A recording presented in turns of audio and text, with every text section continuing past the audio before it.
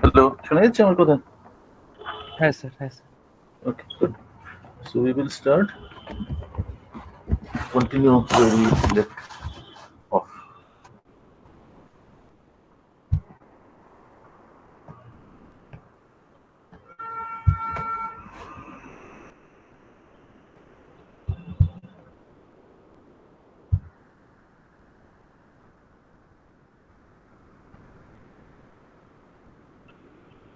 So,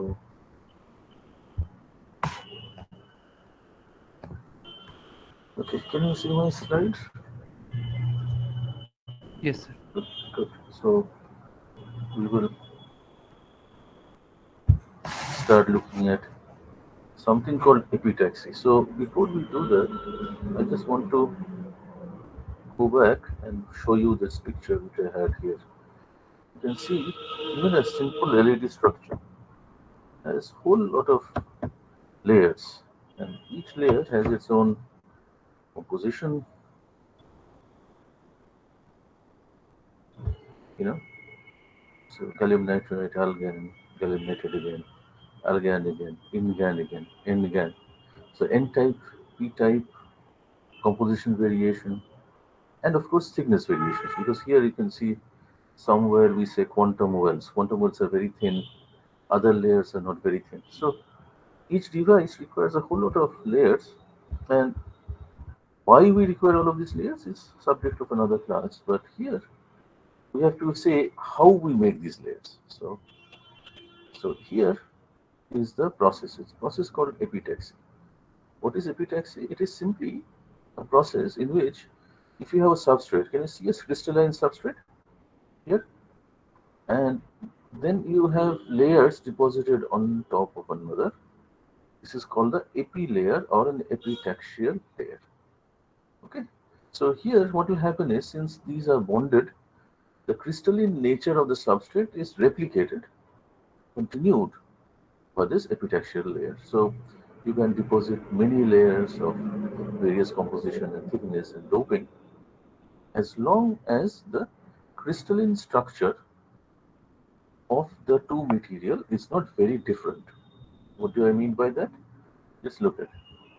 Substrates are formed by crystalline growth, and these are crystalline and they provide mechanical strength. So this is a substrate.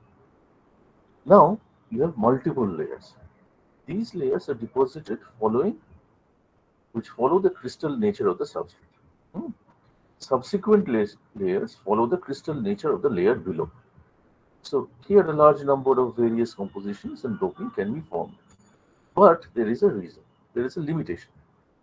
So can you see this crystal, bulk crystal material A? So this is like the blue atoms, Yes sir. and you have a bulk crystal material B. See that? Now the natural lattice constant of material B is not the same as the lattice constant of material A. So if I were to deposit B onto A, can you see what is going to happen? These layers are pushed together as a whole lot of stress. Hmm? It's called compressive because they have been pushing together. And as a consequence, these are pushed out. Can you see that? So here there is a problem because obviously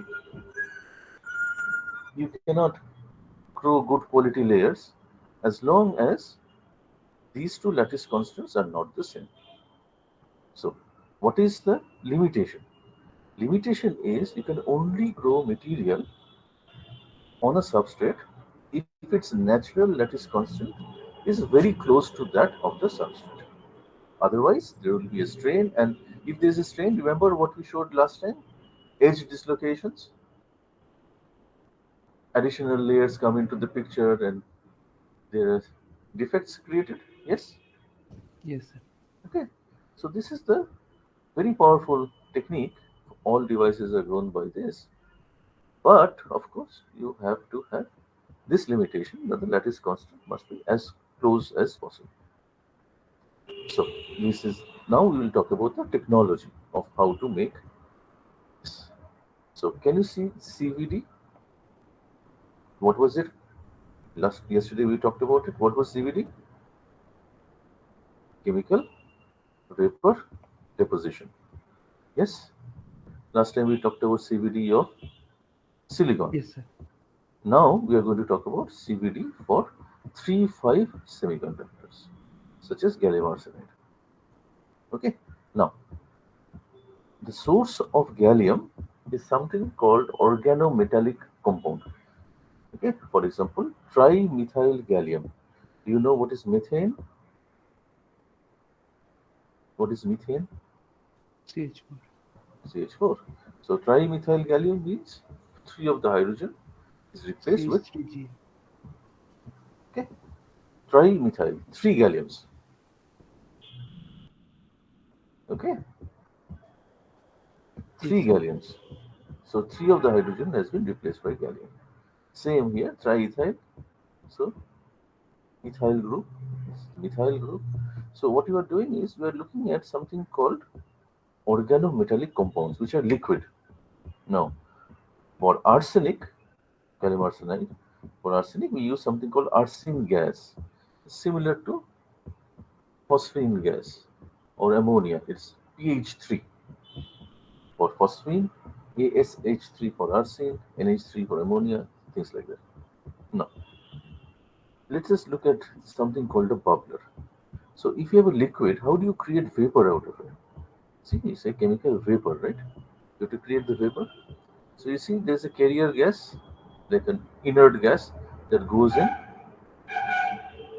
There's a bubbles formed, and this bubble will create inside a scoop for some of the vapor of this content to come into this bubble, and then the mixture comes out. So this is a process called a bubbler, and here you can create vapors of various organic compounds, and they can work. Okay, so this is the CVD source. Now let's look at the process itself. So gallium source is triethyl gallium, aluminum source is trimethyl aluminum, arsenic source is arsine or tertiary butyl arsenic. P-type dopant is diethyl zinc. N-type dopant is sulfur in the form of H2S, selenium, H2Se, silicon, which is silane. The carrier gas is hydrogen. The gas goes through the chamber and the wafers are placed onto something called a susceptor. What is a susceptor? It absorbs, it's basically graphite. Graphite can absorb RF energy and heat up the substrate, and so the gas flows through it, and there is a reaction happening on the substrate, and then it is vented out. But this is the entire structure, more convenient. Can you see the picture now? Yes, sir. So this is the reactor, the one that we showed. See what is connected to? So trimethyl gallium. So these are bubblers. Can you see? Bubbler one, two, three. Trimethyl gallium, trimethyl indium, trimethyl aluminum. Okay, arsenic, antimony. Okay, so all of these are connected, and can you see what is happening? There's a switch. The switch, you can flow the gas and it comes over here. Can you see the switches? You can switch which Yes, of the sir. gas will come into this tube. So this is called a valve, and then it goes through the reactor, and the carrier gas is either nitrogen or hydrogen, which flows through the system, gathers the vapor, and flows it through the reactor. Now, this symbol is that of a mass flow controller, which is basically nothing but a glorified needle valve. It's like a valve that allows control over how much gas will flow.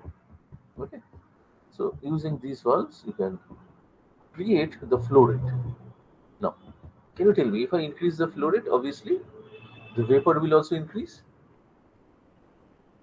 Yes, Yes, sir. and if the vapor increases, you can increase the growth rate, deposition rate will also go up. And so, for example, we have trimethyl gallium and trimethyl aluminum. So together it comes through the system. Now, if I increase the flow rate through the gallium, what will happen? The composition of aluminum gallium arsenide will now have more gallium. Yes, so you can control the composition by controlling these mass flow controllers. This flow of gases that go through each other. Okay, Yes. now now let's look at the way heaters are formed. So this is a reactor. Now this is called inductively heated. Can you tell me what is induction heating? You have seen induction heaters. Now we have them at home, right? How do you how does induction heater work?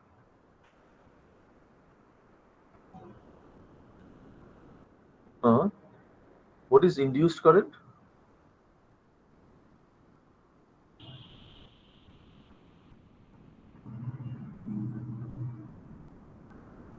You must know, right? What is electromagnetic induction?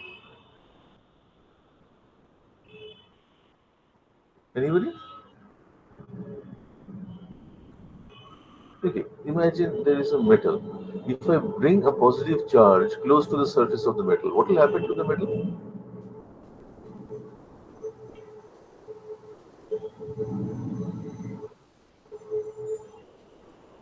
Good. Now, if I, instead of this positive charge, I have a negative charge, what will happen to that negative charge? Metal has only electrons, right? It doesn't have a holes. So, what will happen to that electrons which was accumulated on the The surface? electrons will be repelled away. And if I keep oscillating this particular field, if the field that is applied is an oscillating field, AC field, then what will happen to the electrons? They will oscillate too. So. They'll also have to. So, is heating, Joule heating directional? No, sir. Okay. So, does not matter which way they travel, the Joule heating will take place? Yes. Yes, sir. So, that is basically induction heating. What is the advantage of induction heating? Let's go back to this picture and just see. So, these are the coils, okay, which has the RF, radio frequency electromagnetic wave. Now, this is the graphite susceptor. Graphite has the advantage that it has few electrons, it is conducting, but it's not very conducting. So, it helps in creating high temperatures. Also, graphite is very stable and inert. Okay, now the whole chamber is now heated up. Are the walls heated up? If I turn on the RF coil,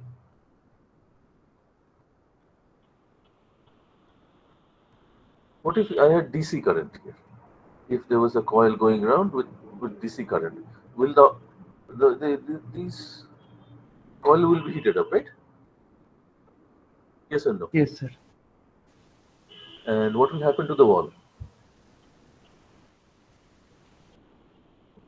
This wall and that wall? That also will be heated up, yes, Heated up. right? If it is heated up, then what will Yes, sir. happen? There will be impurities coming off this wall, which will go into this material. Now think of what happens if I have an induction coil. Are the walls heated up now? Because the walls are glass, doesn't have electrons. No, sir. So which one will be heated up? The only part that will be heated up will be the graphite susceptor. Sir, Okay. sir. So the susceptor, Yes, sir. it will be Yes. heated up, it will be absorbing energy, and you can make a very pure graphite susceptor. So what will happen is you will not be emitting any oxygen or hydrogen or any other thing. But walls, for example, are glass, right? Glass are borosilicate or whatever. These are silicon and oxygen. So heating up will emit Yes, sir. oxygen and silicon. So impurities would have gone inside, which is why you have inductively heated reactor. Okay? That's why it's a inductively heated. Now this is a horizontal which we talked about. See, now this is the one possible geometry. Can you see this gas inlet, RF coil, and a substrate? Yes, sir. So what is happening? Gas is flowing through, and this is a horizontal process, right? The substrates are kept in a horizontal fashion. Now, can you tell me why do you think this is kept at an angle? What is the advantage of having a wedge type structure here? Basically, what is happening is the gas is coming in, right? There is a composition of the gas. Now, it first reacts here. So, some of the gas component is taken by this wafer, and then the rest travel here. It is taken up by this wafer. The rest travel here, taken up by this wafer. So, if it was flat, do you think the growth rate of all the wafers will be similar?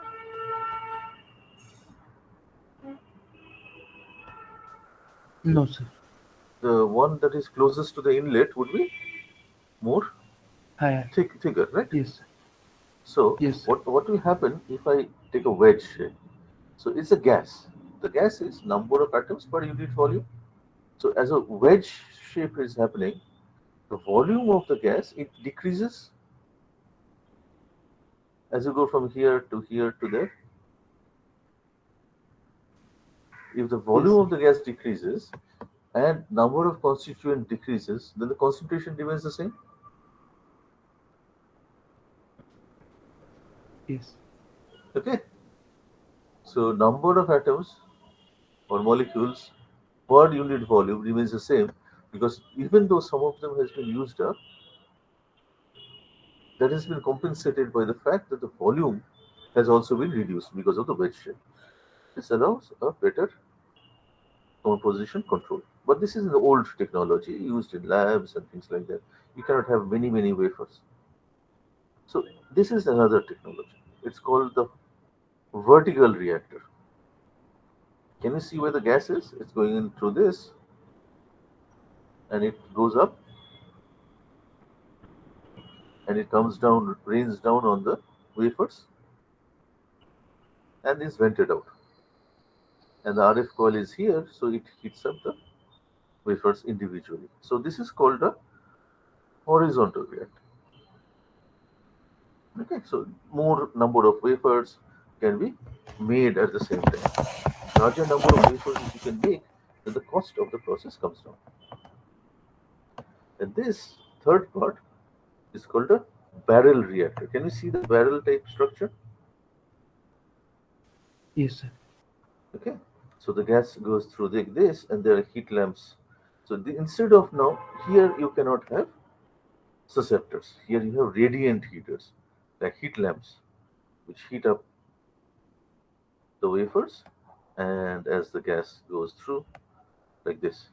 So here, of course, you can have much larger number of wafers that can be made. And so, for example, if you're looking for LED structures or whatever, where the millions and millions of them have to be made, people use structures with large number of wafers can be grown at the same time. This is more appropriate for a lab kind of a setup. This is a little bit bigger fabrication, and this is for the biggest industrial use. Okay, a little bit more details here. The wafers. See, when we talk about this part, uniformity becomes a problem. So here, can you see this is an interesting way of creating uniformity?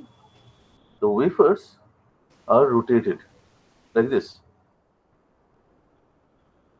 Yes,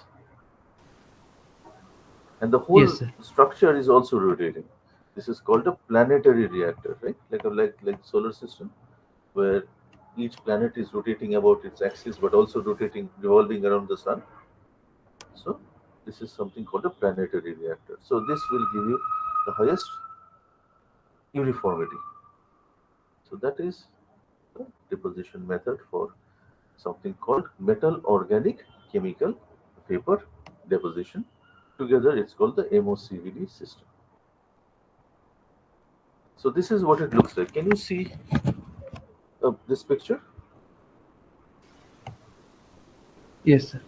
So can you see the planetary the system with the wafers here, Yes, and sir. the gas comes in through this, and these are bubblers, and you can see all of these gas lines.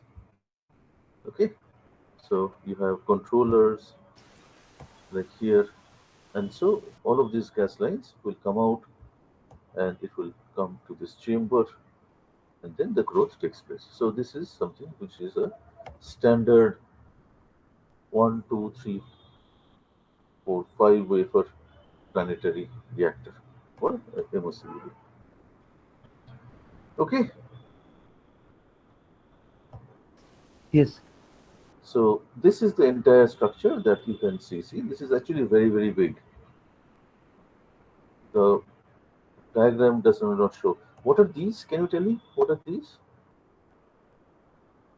Can you see what are these? These black things? Basically, that's very interesting thing about uh, triethyl gallium. Nobody knows what's the smell of triethyl gallium. Can you tell me why?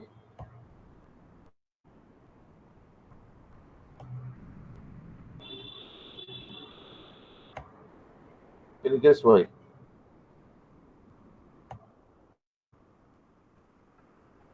Nobody knows what's the smell of trimethyl gallium or triethyl gallium. Why? Make a guess. Why do you think nobody knows the smell? क्यों गंध हो जाए ना?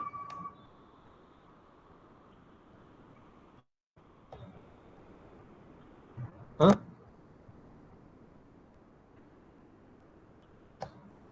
Because anybody who smelled it is dead. It's extremely poisonous. Okay? If you have smelled triethyl gallium, you can you cannot open your mouth to say, "Oh, it smells like this." So the whole thing has a whole lot of safety precautions. As you can see, the thing is inside a box, and you use this. These are like gloves. So you handle the wafers by putting your hand inside the glove to load and unload, and then so this is the process. And after the process, the extra gas has to be taken out, and there's something called the scrubbing system. It sort of takes away the extra triethyl gallium and embeds into a trap, like activated charcoal or something, so that people do not smell it. Which is one of the reasons that we do not typically use MOCVD in a university setting. We are afraid of it will, one mistake and students will die. And it has happened in ISC Bangalore, I think. Student was hurt because of toxic gases. Anyway, so that's the story of the MOCVD reactor. We will stop it here and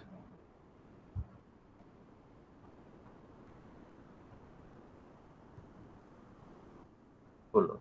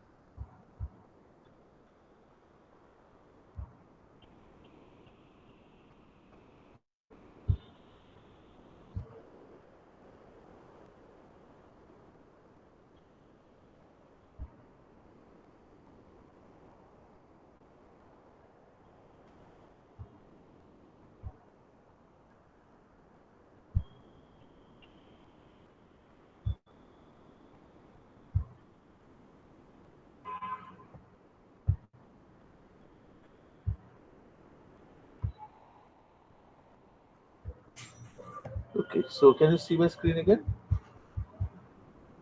Yes, sir. Okay, so let's look at a little bit more physics. We talked about a lot of technology, so we now look at a little bit more physics.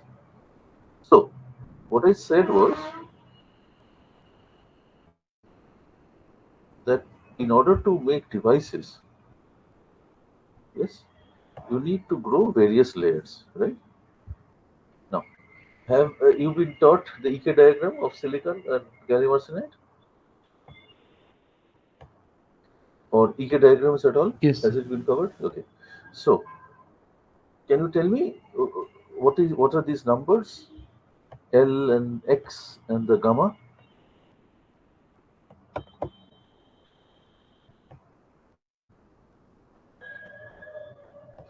So this one is the diagram for the silicon, right? Can you see where the minima is? Okay, and this is the for the valence band. Are they at the same position? Okay, so what does it make silicon? If it's not at the same position, what is it called? Called an indirect band gap semiconductor. Okay, so gallium arsenide. Where is the minima? Can you see it here? Yes, sir. Now this is the same as where the valence band is. But also there are other minima. Can you see that? There is a valley here Yes, sir. and there's another valley here. So this is called the L valley. This is the X valley, and this is called the gamma point. Gamma point is the one at k is equal to 0. Okay, the point at k is equal to 0 is called the gamma point. The one towards the 111 direction is called the L, and towards the 100 is the X. Now, based on that, let's look at this diagram. Can you see the screen? Okay, Yes, sir. okay. So here we have a whole lot of crystalline structures. So these are the sulfides: magnesium sulfide, magnesium selenide, zinc sulfide, cadmium sulfide, magnesium telluride, all of them.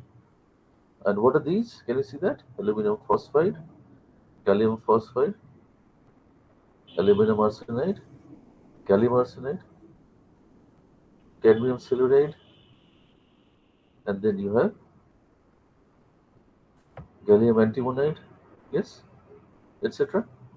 Now, what is the y-axis and what is the x-axis?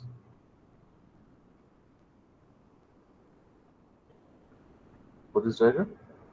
What is the y-axis and what is the Band. x-axis? So, based on what we talked about in the x-axis, can you tell me if I want to make a heterostructure? What is a heterostructure?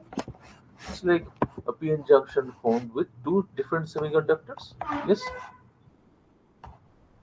you've heard of heterojunctions?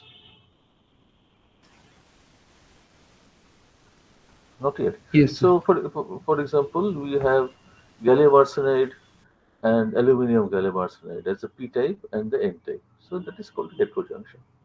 Now, what did we say? In order to make two layers deposit on one on top of the other, what is the one factor that has to be common? They must have what? What did we just say?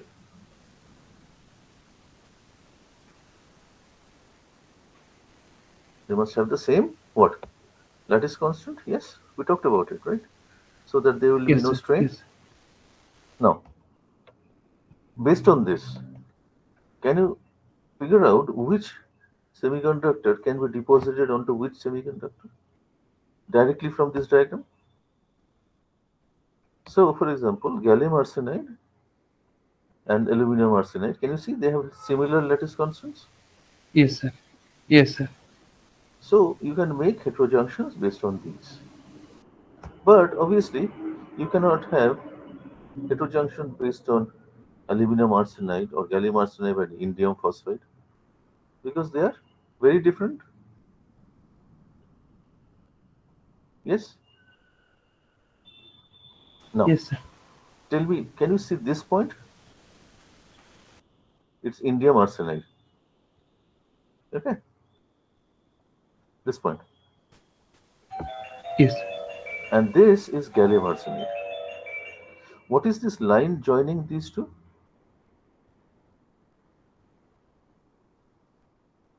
When you join a line between indium arsenide and gallium arsenide, what do you get? You get an alloy semiconductor called indium gallium arsenide. Okay, Yes, sir. depending on if it is more gallium, then it will be towards here. If it is more indium, then it will be towards here. Yes, can you see that? Yes, sir. Now, see, this is indium phosphide. Can you see indium phosphide here? Yes, Now, sir. if I go vertically downwards, can you see there is a one point on this curve where it should have the same lattice constant? The curve joining gallium arsenide and indium arsenide. There is one point which has the same lattice constant as indium phosphide. Yes, sir. So, if we choose this composition and indium phosphide, can we make heterojunctions? Okay, Yes. so that Yes. is the entire physics, semiconductor physics is all about that. It's about the possibility of making heterojunctions based on very dissimilar materials by tuning the lattice constant. Almost if any of you are going to look at the history of the development of the lasers, of the high electron mobility transistors, all semiconductor devices, almost all of high speed electronics, all of opticals, all of everything is dependent on this particular curve to figure out where we can use which material and deposit onto which material so that we can get something that is useful. Okay, now let us look at this diagram. This is much more enhanced.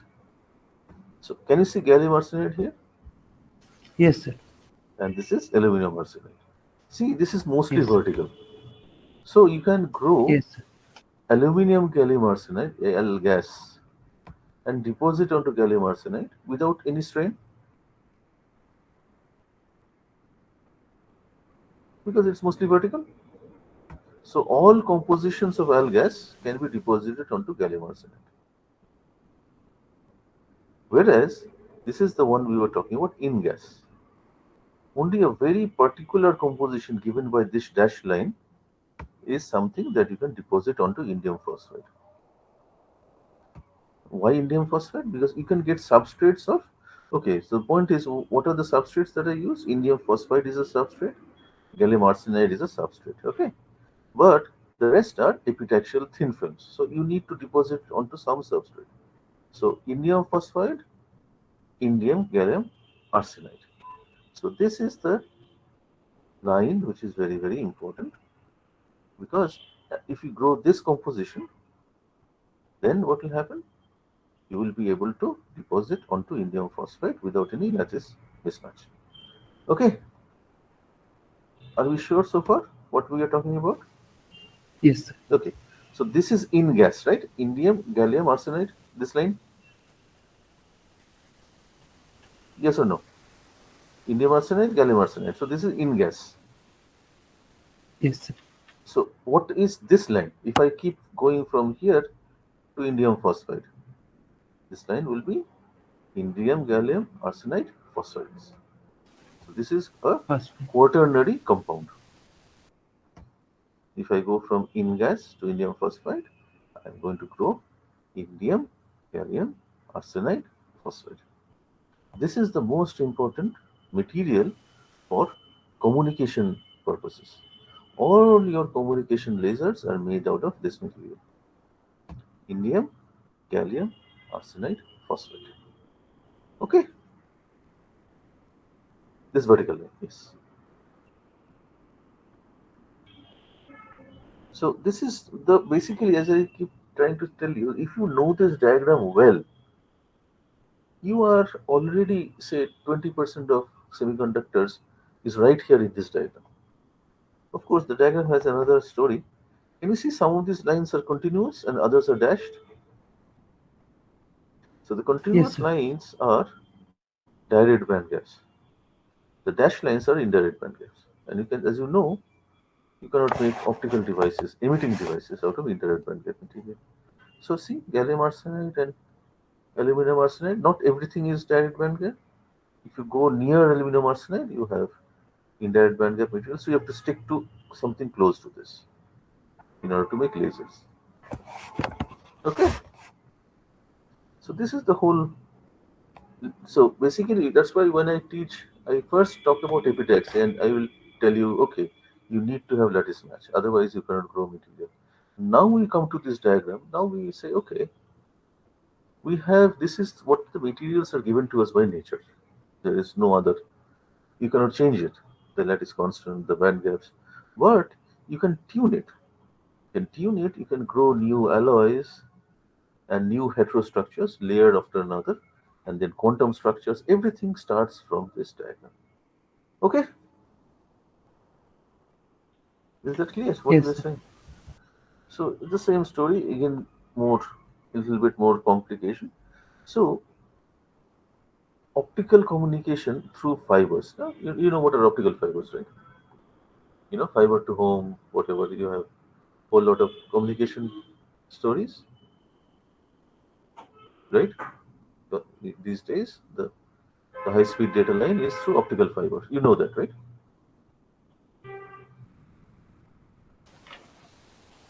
Yes, you've heard of Yes, optical sir. fibers. Now, now, if I were to use, so these optical fibers are mostly made out of glass. Okay. Now, if I were to use a particular wavelength of light for communication, which wavelength would I want to use?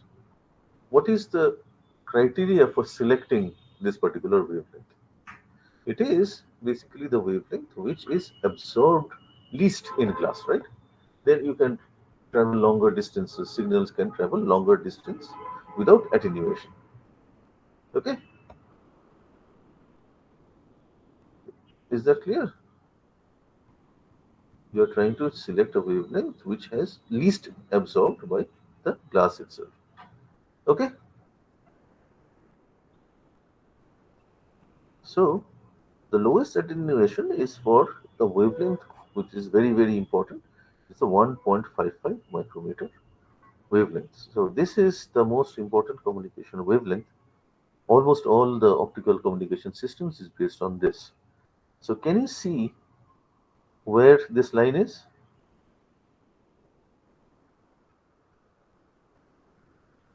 Right? So which where do you see them? See? Can you see it? Goes through the indium gallium arsenide phosphide vertical line. So if you choose this composition, then you can emit at the appropriate wavelengths. Yes. Also, it goes through. Can you see this? Indium antimonide, aluminum antimonide, and gallium antimonide. So you can also use antimonides. So you can use arsenides or antimonides for your devices. Yes. So these are the most important devices for optical communications. The rest we have already talked about. Substrates which are, you know, substrates are formed by the float zone, mainly for mechanical support. We already talked about all of these things. And so here comes the final part. We will stop here and then we will talk about something called homoepitaxy and heteroepitaxy in the next class. Okay.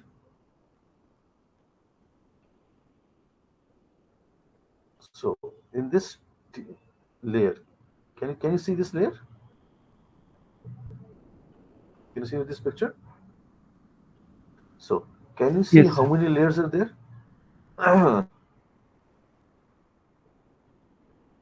So how many layers are there? Can you tell me how many layers are there in this device? No. 11. No. Because can you read this line?